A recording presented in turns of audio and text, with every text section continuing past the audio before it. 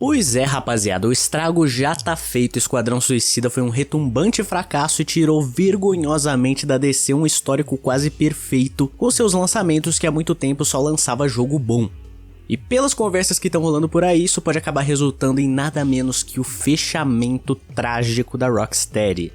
Então já deixa aí o seu like pra fortalecer e vamos pro que interessa. E num webcast ali pra fazer meio que uma prestação de contas, o chefe do setor financeiro da Warner, Gunnar Windenfels, comentou que eles vêm enfrentando sérios problemas por não conseguir bater nos últimos tempos as metas de 400 milhões de dólares por ano.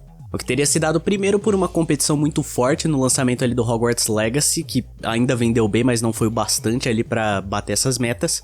E aqui a gente tá falando de uma Warner como um todo, né? Todas as marcas e propriedades dela, não só a DC. E depois de ter lucros pouco expressivos com Hogwarts, isso ainda foi coroado com o prejuízo de 200 milhões de dólares causado pelo fracasso envenenado pela Sweet Baby Inc. chamado Esquadrão Suicida Mate a Liga da Justiça. Que inclusive nesse webcast ele comenta que era pra ser um dos carros-chefes da Warner ali. Eles estavam realmente contando que o jogo fosse um grande sucesso, ou que pelo menos ele pudesse se manter ali de uma forma estável pra render pra eles um bom retorno ao longo do tempo, mesmo que não no curto prazo, de repente no médio, longo prazo, porque afinal de contas o jogo é um looter shooter, ele é um live service, então tem toda aquela ideia por trás de lançar uma base de conteúdo e aí aos poucos ir alimentando com expansões de temporada, alguns cosméticos e outras coisinhas lá que você paga.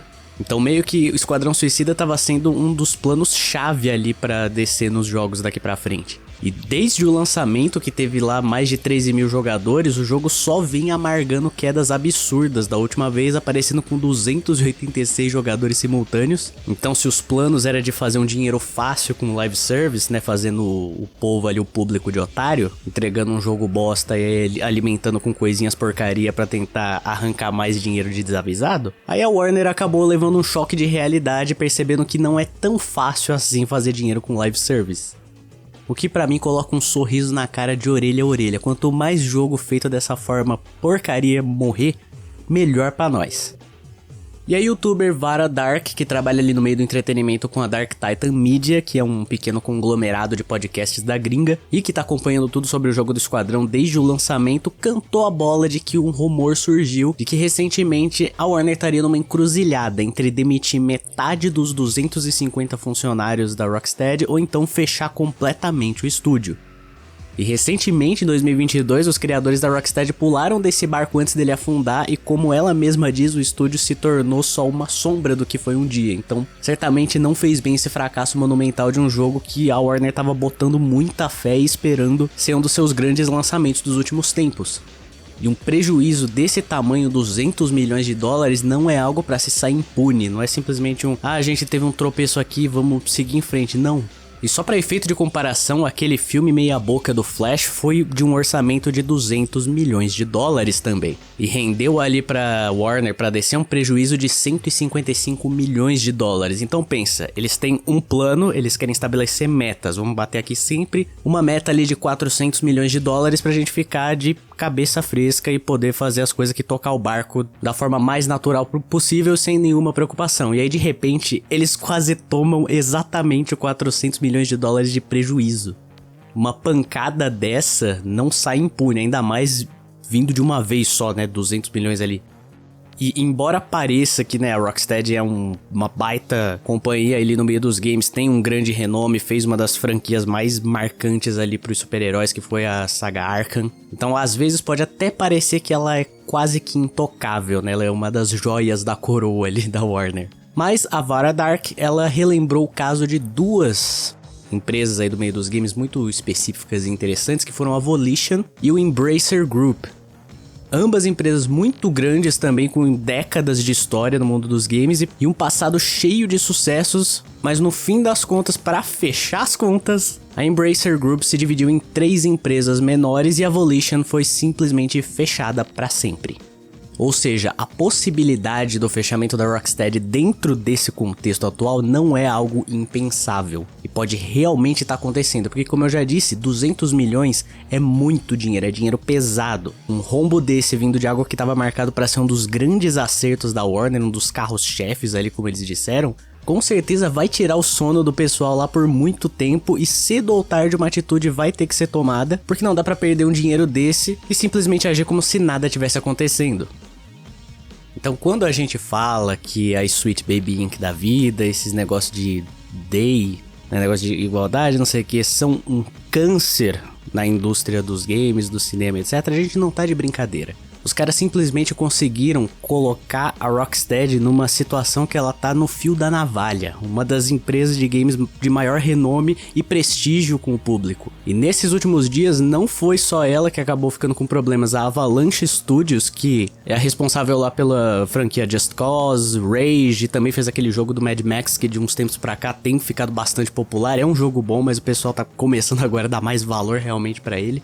Eles tiveram que fechar dos 5 estúdios deles, 10% de todos os funcionários deles tiveram que ser demitidos porque foram indo nessa de fazer joguinho cheio de lacragem. E aí o público com razão se recusa a comprar esse tipo de porcaria e aí as contas não fecham no fim do mês e aí prejuízo e um monte de gente perde emprego porque optaram por tomar decisões horríveis.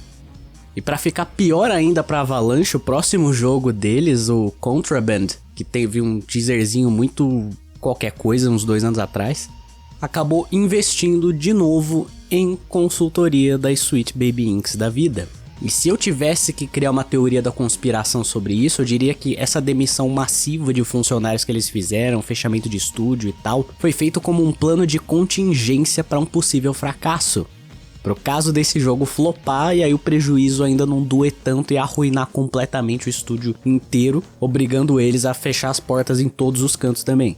Mas não é como se eles tivessem feito isso por alguma ingenuidade. Os caras sabem onde eles se meteram. Na época, a Sweet Baby Inc. não tinha sido detected. Então eles devem ter ido com confiança pra contratar essa cambada de doente. E agora que o caldo engrossou e tá todo mundo sabendo o que ela é e o que ela faz, os caras devem ter chegado numa altura de desenvolvimento que não tem muito mais como voltar atrás. Todos os pitacos da Sweet Baby já estão feitos lá. E aí, pra não jogar todo o dinheiro da produção no lixo, com cancelamento ou arcar com os custos de mexer em muita coisa pra tentar voltar atrás de algumas decisões possivelmente fezes, eles apenas decidiram jogar alguns dos funcionários na fogueira pra fazer uma contenção de danos e não doer tanto no fim do mês. E por um lado é bom ver essa derrocada dessas políticas babacas acontecendo e com o tempo elas inevitavelmente perderem força e serem mais jogadas de canto. É muito bom ver isso, só que ainda bate uma melancolia da gente ter aquela sensação de que esses anos nos games foram perdidos. Porque uma parcela grande da indústria escolheu fazer politicagem em vez de fazer jogos de verdade. E já comenta aí suas opiniões sobre toda essa situação da Rocksteady, o engajamento de vocês é muito importante pro canal. E vamos agora responder alguns dos comentários do vídeo passado sobre a situação da Mulher Maravilha nos quadrinhos. E começando pelo Antônio Carlos, que mandou 10 euros, valeu demais por esse apoio, meu bom. E ele disse, faz um vídeo dossiê falando sobre o Slade Wilson, por favor. E esse vídeo já está em produção, já tô construindo o roteiro dele, assim que eu vi esse comentário eu já fui atrás. Então pode ficar tranquilo que logo mais ele aparece aqui no canal. Vitor BKC mandou R$2, valeu demais também pelo apoio, meu bom. Ele disse, acredito que deve ter a intenção, Tom King é um safado. Uma pergunta, Vitor, você tem vontade de entrar na Liga Nerdola? Outra pergunta, está acompanhando Star Wars? Se sim, o que faria para melhorar ou salvar a franquia? Então são muitas afirmações, muitas perguntas, vamos por partes aqui. Primeiro, eu não acompanho muito o Tom King em si, então eu fico meio por fora da índole dele. Sobre a Liga Nerdola eu acho que seria bem da hora, eu tô aqui à disposição, precisando, estamos aí. Mas eu não me sinto bem de, sabe, me convidar pras coisas, então qualquer coisa, aqui estou. E sobre Star Wars, sinceramente eu desisti. Depois do episódio 8 ainda eu vi umas 2 temporadas e meia lá do Mandaloriano, que foi o que deu ainda um pouquinho de alegria, mas já tem um tempo que eu não me empolgo com nada da franquia. Tem uma hora que quando certas coisas começam a enrolar demais pra dar certo e ficam só numa eterna promessa, o melhor que você faz é aceitar e ir embora. Mas pra dar certo de novo é bem simples, voltar às raízes, a ser como era tudo no começo, e tendo um compromisso com fazer o conteúdo acontecer e não só ficar prometendo sem entregar nada e ficar construindo histórias pra militância em vez de histórias pra um universo. Água potável. Muito bom, Nick. Eu não curto as HQs da Mulher Maravilha por isso. Sempre tem as mesmas críticas do mesmo lado, não que os cristãos sejam santos, mas toda vez é a mesma coisa. Mas pelo menos nesse caso pareceu mais uma crítica a quem distorce a Bíblia. E é por isso que eu dei o benefício da dúvida ao Tom King ali, mas sem eximi-lo da possibilidade de ele ter realmente tomado uma atitude mau caráter com relação à personagem e aos cristãos. O El Martins. Se fosse um Alan Moore ou Neil Gaiman em outra época, até poderia ser uma crítica bem pensada. Tom lixo King sem chance, foi proposital e com a pior intenção possível.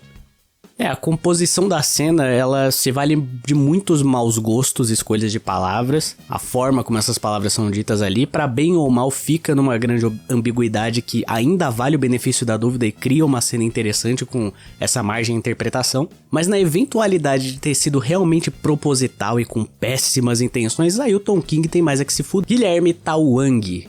Vilão cristão, tá atrasada a DC, várias outras já fizeram isso. Em contrapartida, eu nunca vi, pelo menos hoje em dia, um vilão comunista, revolucionário, assassino. Isso ninguém tem coragem de fazer, né? Por que será?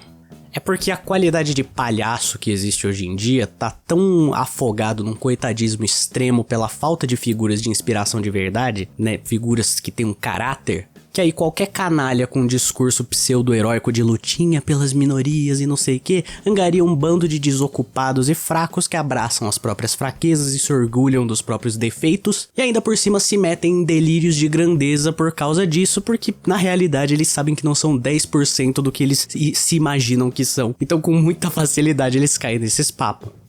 Aí como essa galera é uma minoria muito barulhenta e que tem gente nas grandes empresas e tal lá mexendo com dinheiro pesado para fazer essas produções, aí acaba querendo fazer produção para essa parcela que vê esse pessoalzinho revolucionário, comunista, assassino, mau caráter, genocida, como figuras heróicas. Mas na verdade são velhos tão covardes quanto eles, mas enfim. Canal do Superman. A intenção não foi cutucar cristãos, foi colocar os jovens leitores contra o cristianismo, passando uma imagem negativa. Aí seria propaganda pura e simples, mas que ao menos conseguiu construir uma cena para uma história e que para bem ou mal ajuda a desenvolver aquele vilão, estabelecer ele como ele é. Não foi simplesmente de graça e destoando de tudo na maior disfarçatez. Então no mínimo isso, não foi aquela panfletagem absurda e que é quase meme de tão fora do lugar. Curte, comenta e compartilha esse vídeo para ajudar o canal a chegar a mais pessoas e cada vez mais longe. Apoie pelo LivePix aí no comentário fixado, pelo Valeu ou se tornando membro do canal. E eu sou o Victor, você tá no Nerdverso e até a próxima!